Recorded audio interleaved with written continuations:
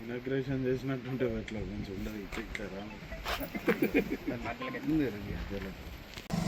ఈరోజు రాయకల్ మండలంలో పలు ఆత్మీయ కుటుంబాలను పరామర్శిద్దామని చెప్పేసి కార్యకర్తల కుటుంబాలను మా బీఆర్ఎస్ పార్టీ కుటుంబ సభ్యులు బీఆర్ఎస్ శ్రేణులతో పాటు వెళ్తుండగా మార్గ మధ్యలో గతంలో మరి 2023వ సంవత్సరంలో ఈ భూపత్పూర్ రోడ్డు నుంచి వీరపూర్ వరకు 4 కిలోమీటర్లు ఉంటుంది. దాదాపు 2,80,00,000తోటి ఈ యొక్క అంచనా వ్యయం. శిలాఫలకం కూడా ఇప్పుడు ఒకరైనటువంటి శాసనసభ్యులు సంజయ్ కుమార్ గారిచే ఈ యొక్క శిలాఫలకం వేయబడింది. మరి శిలాఫలకాలు మాత్రం ఇక్కడ ఉన్నది, ఈడ అభివృద్ధి మాత్రం యథావిధిగా అదే పద్ధతిలో ఉన్నది.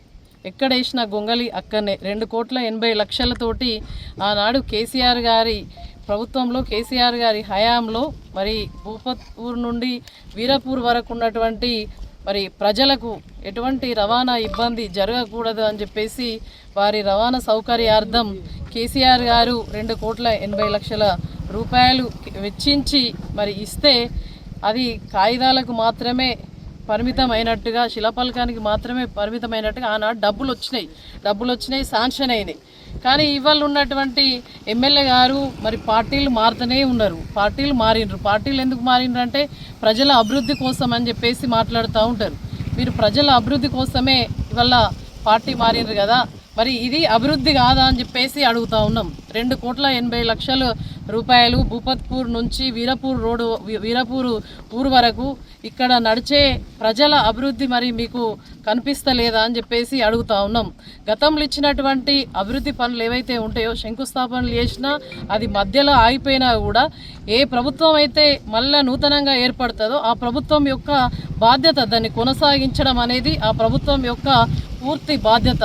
ఇవాళ ప్రభుత్వం అధికారంలో ఉంటే గతంలో ఇచ్చిన కేసీఆర్ గారు ఇచ్చిన పనులను పూర్తి చేయమంటే నడవదు. అది పార్టీ ఒక ప్రభుత్వం కాదు, అది ప్రజలు ఎన్నుకోబడినటువంటి ప్రజాస్వామ్యబద్ధంగా ఎన్నుకోబడ్డటువంటి ప్రభుత్వం.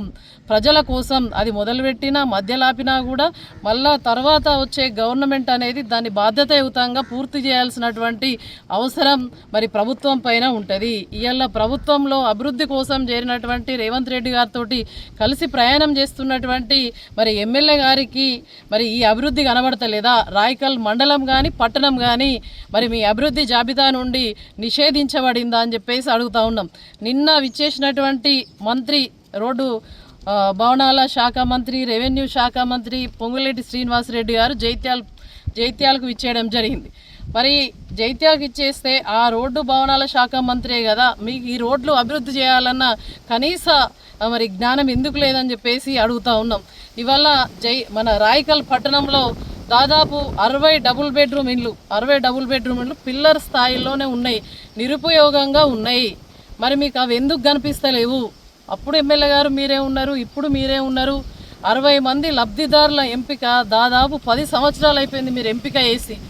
మరి ఆర్డీఓ ఆఫీస్ను అందరికీ అందుబాటులో ఉండే విధంగా ఇక్కడ వాళ్ళందరూ ఒక పనికి వచ్చి అక్కడ ఉన్నటువంటి ఒక 10 పనులు చేసుకొని మళ్ళీ ఆర్డీఓ కార్యాలయంకి వెళ్ళి వాళ్ళకు ఉన్నటువంటి పనులను చేసుకునే నిమిత్తంగా అందరికీ సౌకర్యార్థం అందరికీ సులువుగా ఉండే విధంగా తహసీల్ చౌరస్తాలో ఆర్డీఓ కార్యాలయం ఉంది. ఇలా దూరంగా ఎమ్మెల్యే గారి ఇంటి దగ్గర పెట్టుకున్నారు ఆర్డీఓ కార్యాలయం శంకుస్థాపన. అది ప్రజలకు అందుబాటులో ఉండే విధంగా పనిచేయాలి తప్ప ప్రతిదీ మీ కాంట్రాక్టర్ల కోసం మీరు పార్టీ మారుతారు. మీ అవసరం కోసం ఆడ కేసీఆర్ నగర్ను ఇందిరమ్మ కాలనీ అని మారుస్తారు. ఇవాళ అదే అందరికీ అవసరమైనటువంటి ఆర్డీఓ కార్యాలయాన్ని కూడా మీ ఇంటి దగ్గరికి మార్చుకున్నారు. ఇవాళ కొత్తగా ఏర్పడినటువంటి మున్సిపాలిటీ కావచ్చు, రాయకల్ మండలం కావచ్చు, అటు బీర్పూర్ కావచ్చు, బీర్పూర్ రోలవాగు ప్రాజెక్టు కావచ్చు, సారంగపూర్ మండలంలో బట్టపల్లి పోతారంలో చుక్క నీరు కూడా తాగడానికి కానీ వ్యవసాయానికి కానీ చాలా ఇబ్బందికరంగా ఉంది. మరి మీకు ఇవన్నీ అభివృద్ధి కనిపిస్తలేదా? మా ఎమ్మెల్యే గారు చెప్తలేరా అని చెప్పేసి ఈరోజు మేము ప్రశ్నిస్తూ ఉన్నాం. రాయకల్ మండల ప్రజల పక్షాన, పట్టణ ప్రజల పక్షాన